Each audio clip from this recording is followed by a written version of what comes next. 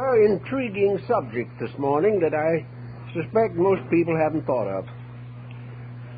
Do we realize that there are 4.5 billion human beings on this planet, no one of them be able to change places with any other human being? We have no actual insight of sharing the central motivations of anyone but ourselves. We cannot fully understand the reasons for the conduct of any other person. Sometimes we think we can approximate their motives, but we are not sure. Nor are we aware of the circumstances that led to these motives. Each person lives in a little world of his own, completely isolated from everyone else. We have created a number of different methods of communication in an effort to help this situation, but these are totally inadequate when it comes to the effort to search into the basic principle behind another person. They will tell us what they think. Very often they haven't been thinking. They tell us what they believe, and sometimes it's pretty bad. Sometimes they explain their reason for life, and it will sound unreasonable to everyone but themselves. And this it is with all of us. The other person's attitudes are reprehensible. When we make the same mistakes, we have obvious reason why we could do nothing else. Another person loses their temper, it's because they have a bad disposition. If we lose ours, it is righteous indignation. Every good motive is reserved for ourselves. Every bad motive is usually saved for someone else. All the mistakes we make are blamed on other people. If so-and-so hadn't done this or that, we wouldn't be in the present dilemma. Also, with all of this internal self-justification, we continue to live strangely complex and untruthful lives. Day after day, we keep on dreaming of something better. We want to improve, we want to grow, but between ourselves and this golden time we look for is a complex personality that has so long controlled us that we do not even have the facility to question its domination. Years ago, I knew a family in which the man of the house had a great fondness for old clothes, and his wife had a great determination to get rid of them. She bought him a brand new suit, which hung magnificently in the shelf, but he continued to wear the old one because it was more comfortable. Finally, in desperation, when he was away, she sneaked the suit out of the closet and gave it to the Goodwill. The next day, he went down to the Goodwill and bought it back. This indicates what a suit of clothes will do. And our habits, our attitudes, and our personalities are clothing. They are something that we wear, and we have become used to them. We have lived with them so long that they feel just right. Because with the outfit that we now have, we have reasons for every mistake we make. We know exactly why we are frustrated when we do our best. We know we are misunderstood by everyone, and therefore we have a kind of warm, cozy feeling about sticking to ourselves in all emergencies. We are going to get what comfort we can out of retiring into the personality that we have developed. Now, when we are just born into this world, lots of people feel that the personality has not yet been developed. It is obvious, however, that either Mendel is right, and that there is a law of heredity, or else there is something that brings back into this world attitudes which go back beyond the present embodiment. We do not come here simply brand new. We come here burdened by perfections and imperfections, by all kinds of complicated chemistries not only within our bodies, but within our minds and emotions. We go along day by day, instinctively building our preferences. What we instinctively prefer, we gradually transform into our code of life. We, one by one, take all the weaknesses that we have and extol them. We transform these weaknesses into assets. And little by little, we come to the point where we are content with ourselves. And if anyone else cannot get along with us, so much the worse for them. We are going to be what we are, we always have been, and we always will be. Now, this is probably excusable in some cases, but many people are not satisfied with what they are, nor are they satisfied with the place they have in life. They would like to do something better. They would like to be more successful, better organized. They would like to have more natural happiness and enjoy better friendships. They would like to have children who respect them and an employer who honors them and needs them. Most of the things we really want to achieve are hampered by the dispositional instincts within us.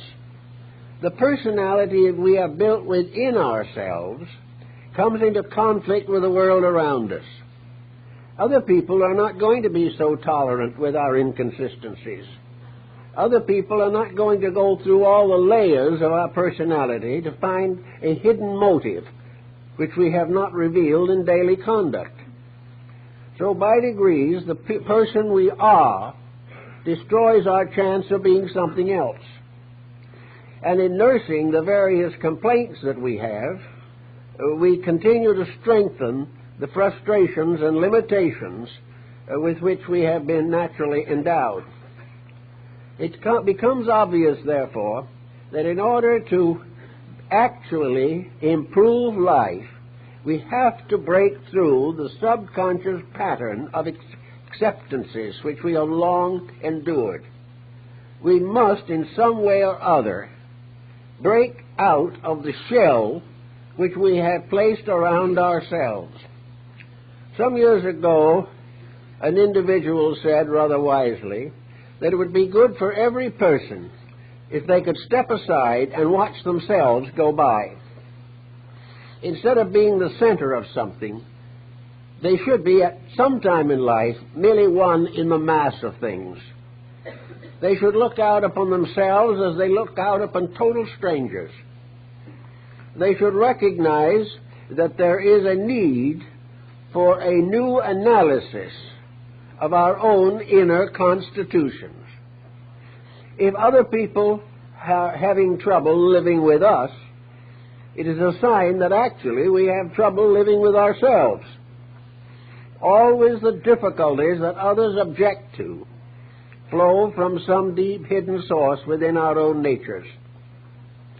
To meet this type of an emergency, we must therefore, some way, really try to find out what is moving us inside. We must try to break through patterns that become stronger because they are comfortable and well established. We can become psychological attitudes burdened just like an alcoholic. If we have a bad disposition and nurse it long enough, it is going to be something that we will take to the grave and probably beyond. Therefore, we must somewhere along the line really try to break through the patterns of attitudes which are to our own way self-defending, but to the world they are self-defeating. This means we some way must try to find out what is wrong in our own integration, which is bringing with it mental, emotional, physical difficulties. Now, there are several possible answers, but they're all unsatisfactory for the most part. There are various sciences of analysis which we can turn to. Some people find some answers in palm reading, others in phrenology, some in graphology, some in psychoanalysis, some in astrology. But these are all efforts to interpret the inner person by someone else or by ourselves. And there's a question as to which is the worst.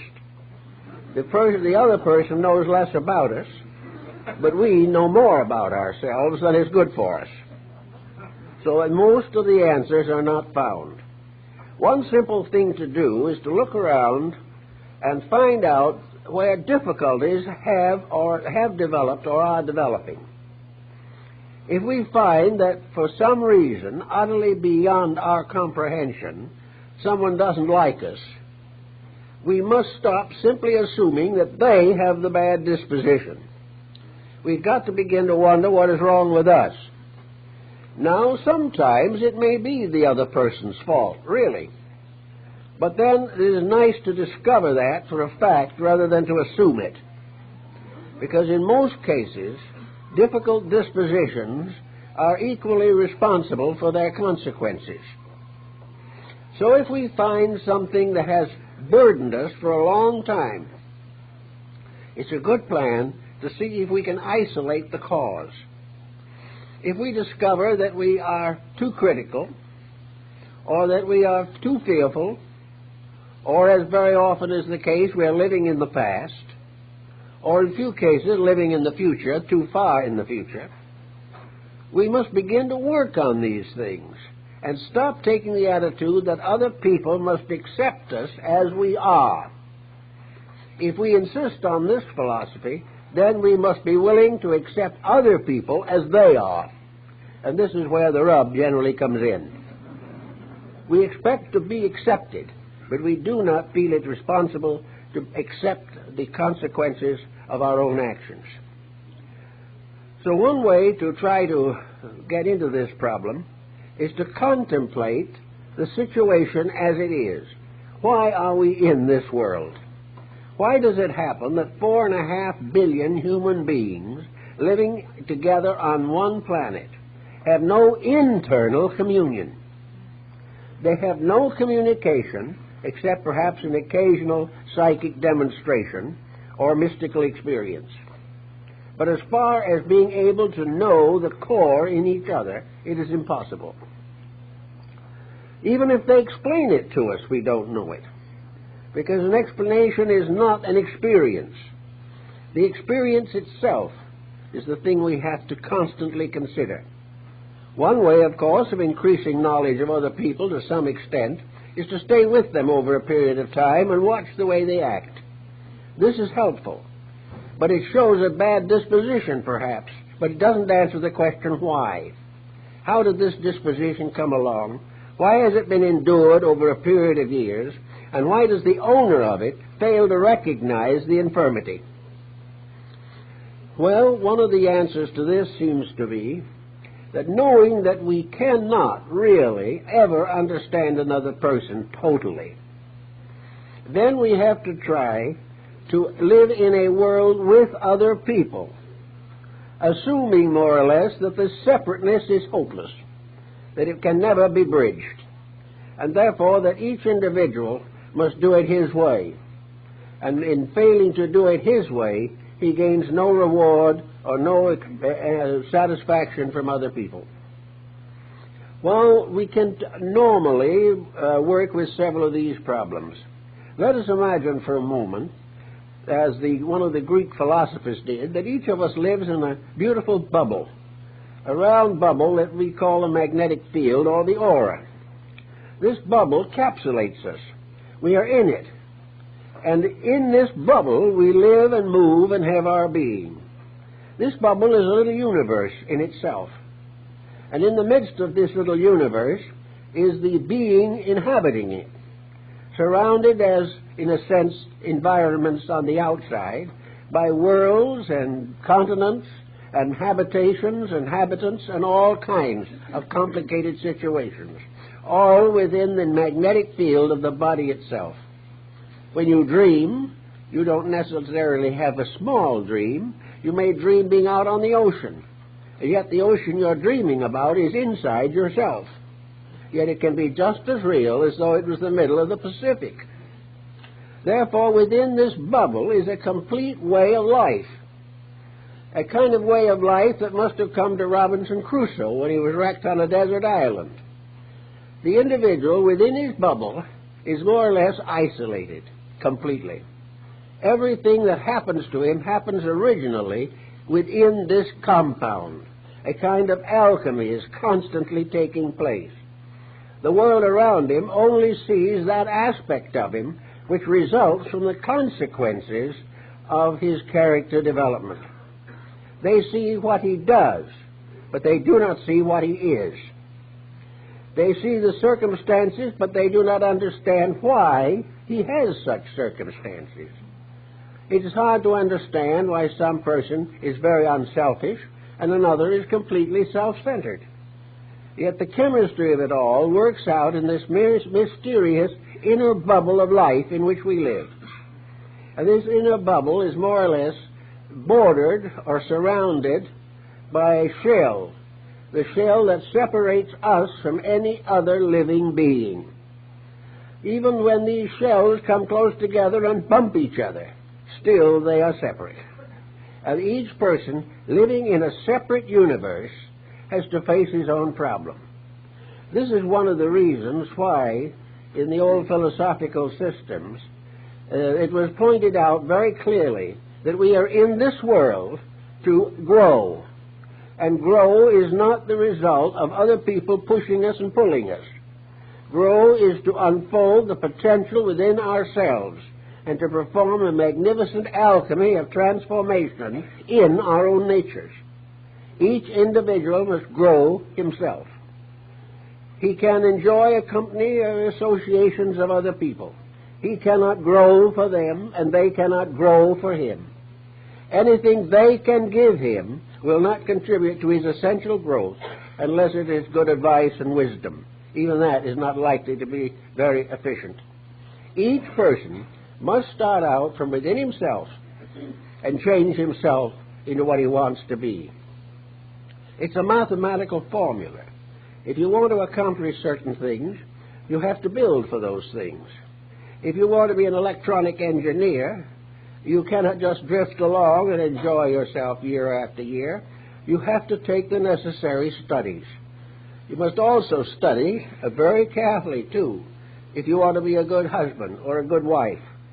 You have to study if you want to find contentment or happiness. You have to study in order to grow, in order to think, in order to build.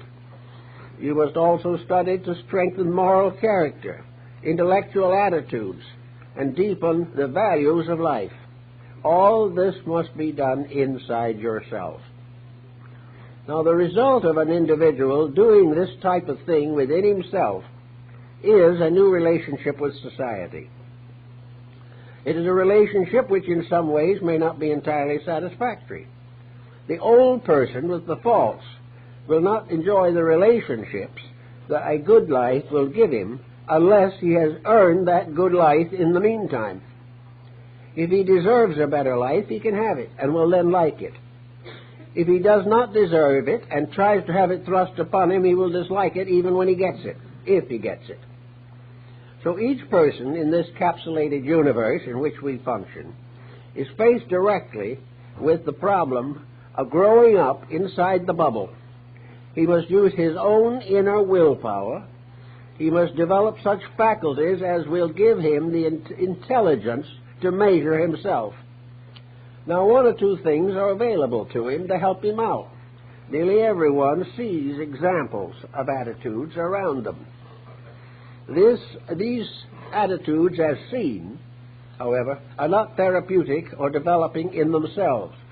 The fact that another man stops drinking does not guarantee that you will. Or that another person is more honorable in his dealings guarantees your honesty.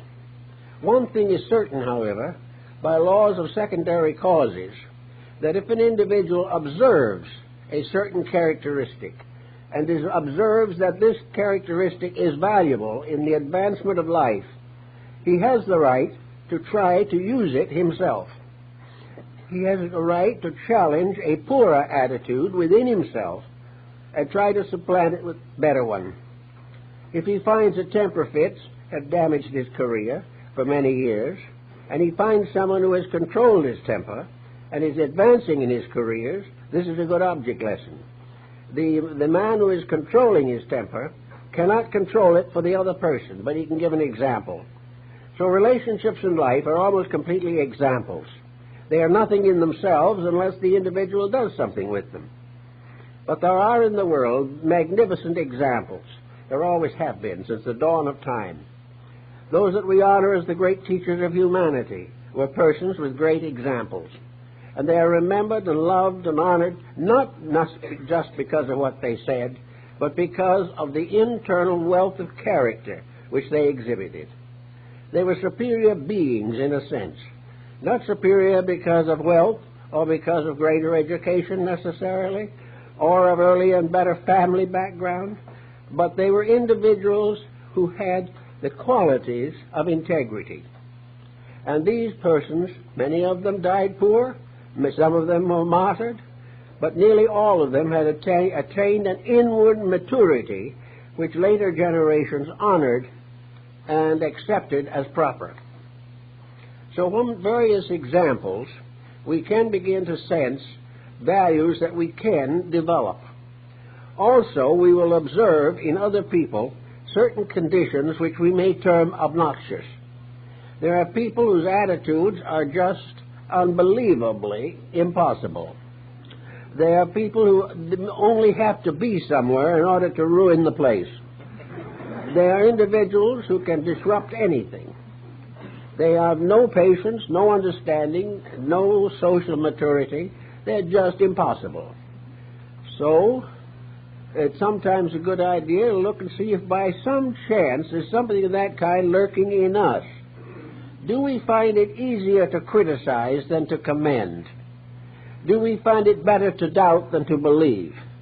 And in doubting, do we doubt in a nasty way? Now, this is one of the problems that comes along at the moment. In the world we live in today, nearly every attitude we hold can be subject to doubt. We doubt the merchant, we doubt the lawyer, we doubt the doctor. We doubt almost everyone. But the mere fact that we doubt them does not corrupt them. The answer is that we have to learn to be cautious, not to give in to superficial temptations, to hope for the best, to search for the good, but be sufficiently intelligent not to be imposed upon.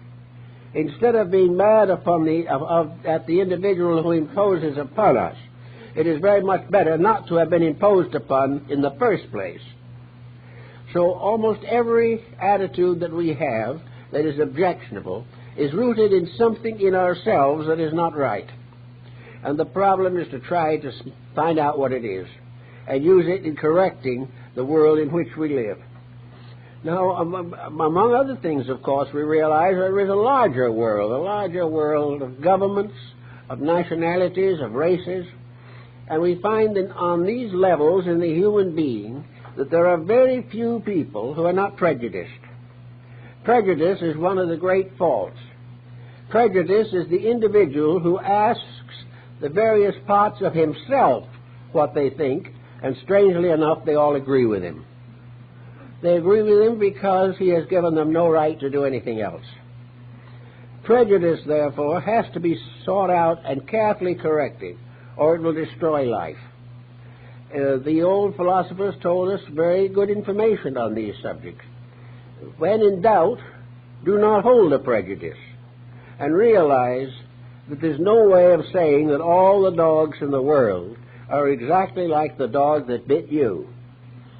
The fact that an animal bites us does not cause us to condemn the kingdom. The fact that an individual of a certain nation or race is dishonest does not justify us in hating everybody of that race or nation. The fact that political problems rise does not make it possible for us to justly condemn generalities. Condemnations must be built upon knowledge. No individual who thinks from the top of his head in the form of prejudice can be certain of his judgments. But there is no one more certain of his misjudgments than the prejudiced person. He knows he's right. And why he knows he's right is because he's decided he is right. And this goes on, and you try to get the answer from him, and it goes all around. The neighbors have told him, the press tells him, the commentators have said so, but he does not actually know. So prejudice is something that no one is entitled to. Instead of being prejudiced against a person, we must either know they are right and support them, or know they are wrong and leave them alone. We cannot just go out and condemn them. If they can't meet our standard of life, then they have to meet their own standard. Everyone has to in the last analysis anyway. The same is true of religious intolerance. Religious intolerance is one of the most painful experiences of the human being. And the most interesting part of that is that of all the abstractions, of all the uncertainties that have never been thoroughly clarified, a religion is it. No one can really prove physically any religion. He can only prove the consequences of belief upon himself. If a religion makes him a better person, it's a good religion. If it doesn't make him a better person himself, it is of no value. But to dogmatize on religion is one of the great prejudices of humanity, and has been responsible for the Inquisition and misery from the beginning of time to the present day escapades of Khomeini. Prejudice is fatal. It is the basis of wars. People do not fight wars over principles, but because they lack principles in themselves. So each person isn't going to be a warrior. Each person is not going out and carry a flag of some kind. But each person can destroy a certain amount of their own peace of mind by their attitudes. Now there's another important point. If, by any chance, we are convinced that other people are all wrong and then we are right, or if we have very great difficulty in trying to understand the motives of those who disagree with us, we must ask ourselves a more basic question than all that. If we are right and everyone else is wrong, and every other person feels the same way we do, what happens to the universal plan? What happens to the infinite purposes which nature has set forth? We are aware and convinced from even the perspective that we have that there is a plan behind life, that there is a reason for being here, that there is a purpose in existence. If these things are true, then we cannot assume that each individual must change somebody else, or that altogether we are incapable of working together on any constructive project. We know that the effort to unite humanity is the great problem that we face today, and that differences of opinion, unless they are held in a kindly way, are guaranteed to divide mankind still further. A disagreement with our neighbor, leading to bitterness, is just as certain a destructive value as if one nation declares war on another. So in order to advance the plan of things, there must be some kind of rightness that we are all supposed to have in common, or can develop as the need arises. So all the way through this problem of thinking, we realize that we are confronted by a challenge. And this is the challenge, is to put ourselves straight with life. And by so doing, discover that life itself is straight. The individual who is prejudiced, opinionated, self-centered, egotistical, antagonistic, can never understand a law of love in life. They can never fully comprehend, even in themselves, the divine plan of which they are a part. Unless the individual puts his own life in order, he can never discover universal order. So with all these temptations and allurements and problems, the question always comes back to the same one, namely, what can we do ourselves to help this matter along? Well, one thing that people have tried doing with some success, also with some difficulty, they have asked other people to estimate them. They have said, I'll give you half a dozen people, a piece of paper and a pencil. You're all my friends. at this point. Now, I'm going to ask each one of you to write what you consider to be my worst fault. Don't sign your names.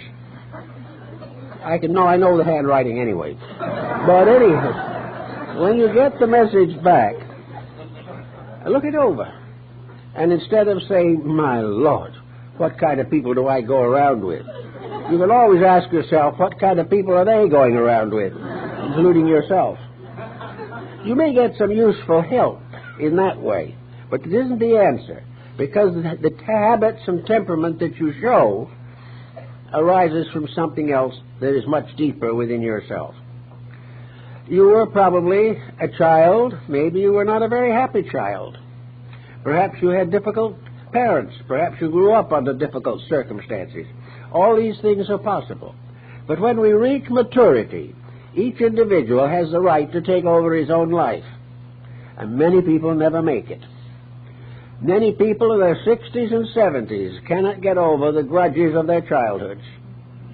They have never recovered from the fact that they were neglected or orphaned or had step-parents or adopted in an orphanage.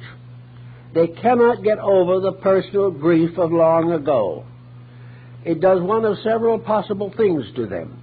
It causes them to be saddened and defeated because they cannot compete with those of more secure background. The second thing, it makes them antagonistic to society. It may prevent them from making a good marriage later. And it may very well be that they'll take it out on their own children in due time if they have any.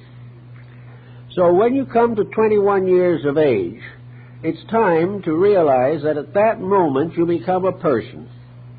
At that moment you break through the shell of childhood and adolescence. From that time on, you are no longer able to excuse your attitudes by impulses or instincts.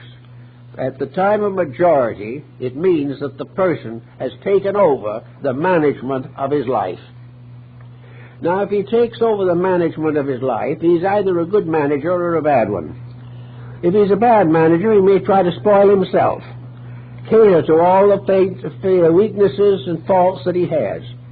If he's a bad manager, he may also resolve to pass the miseries he has over to anyone he can get hold of by way of revenge.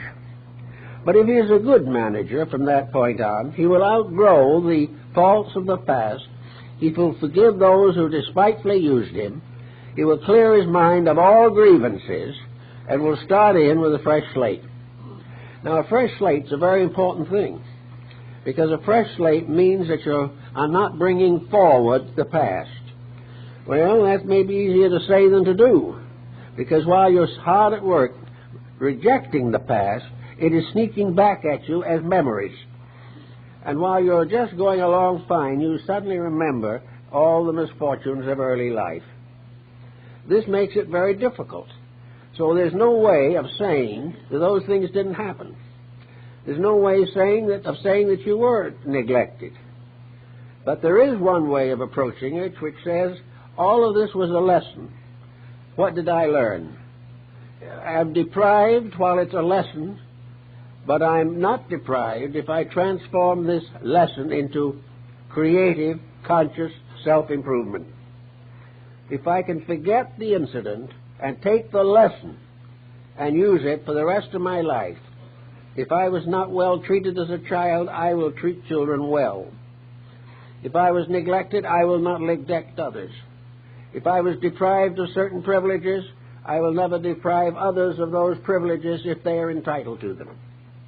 Little by little, we transform an experience into soul growth, a way of becoming greater than we were, more than we are now, and working toward the future. So out of the old things, we come finally to majority. Now, majority is rather tricky, because there seems to be some little difference of it in climates. Actually, apparently, in very tropical regions, the individual matures very rapidly and is as physically and mentally and emotionally as old as 16 as one in the temperate zone is at 21. This is a climatic problem. Now, there are also psychological climatic problems.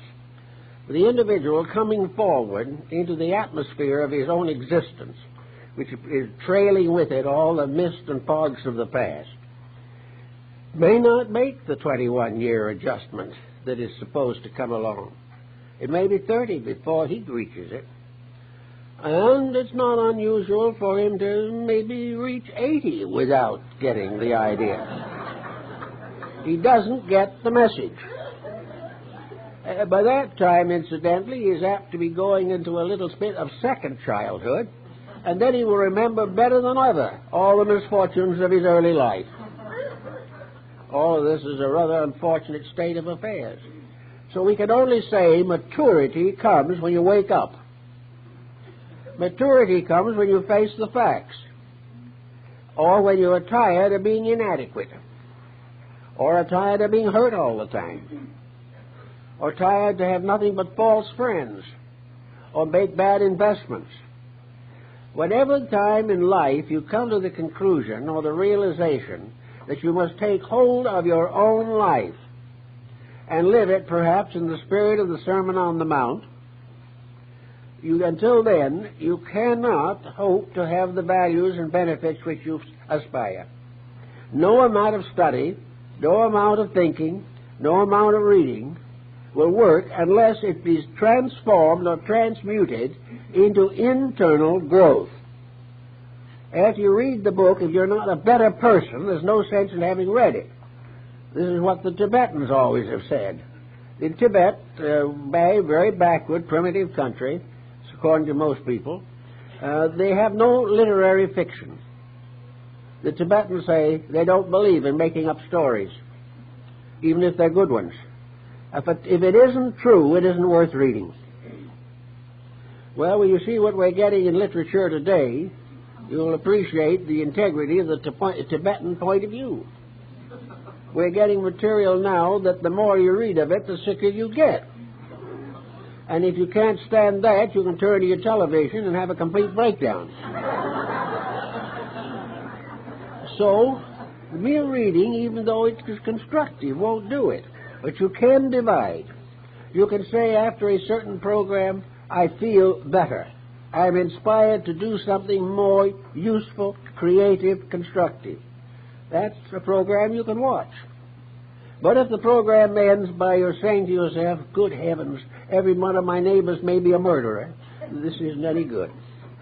The constant glorification of crime and delinquency, while it may have a great appeal to the little ones, any individual who is not motivated to improve through his avocational efforts is still an immature person. So the one who ties himself down to a television and watches nothing but Western and want ads, which are very numerous these days, simply hasn't gotten to that maturity period which we mentioned. And because of his attitudes, his life has very little in it that is worthwhile. Now, another problem that we've related to this is a certain satisfaction with achievement. An individual, to be really happy, must be self-sufficient in living. He must be able to live a reasonable life and enjoy the things that he can do to make his life better and the lives of others better. He must have a plan of some kind, even if it is a very simple one. If he can't do anything better than make a pair of shoes, he can always plan to make a better pair. Everything in life depends upon the person having purpose. Inconsistency within the individual has a tendency to destroy purpose. If one part of your nature says that nothing but corruption exists, another one says, I'd like to get away from it all, and the third one says the only way you can do it is become an alcoholic, this is a type of internal confusion that is always destructive. No matter what the person is, he must give. He must do something to justify the fact that he exists. In other words, while we're in this world, we have to pay rent, whether we know it or not. And we're not paying rent to the landlord, and we're not buying condominiums, but we are paying a kind of rent in which it means that we must, all of us, earn happiness, security, and peace of soul by action in payment. We have to have the coin of the divine realm, which is good deeds. Without this type of thing, there is nothing we can do to solve our own problems. So there's always this big value ahead, that we can improve, and by improving can gradually outgrow in ourselves the sources of our own misery. I know a great many people who have had very interesting and perhaps profitable careers in some respects, and I know that most of them are not ready for success. The individual who by mental adroitness achieves a certain status in society is in a very precarious situation. By fortunate or unfortunate circumstances, by one skill alone, apart from the rest of his temperament, he may achieve what he terms success. But this one faculty that gave him success is not enough to help him to use it wisely. Therefore, he is destroyed by the other faculties that do not know how to carry the burden of achievement. This is something we all find in matters of education, and it is a problem today. We can become well educated, we can get a good job as a professor in a university, or we can go out and develop a profession.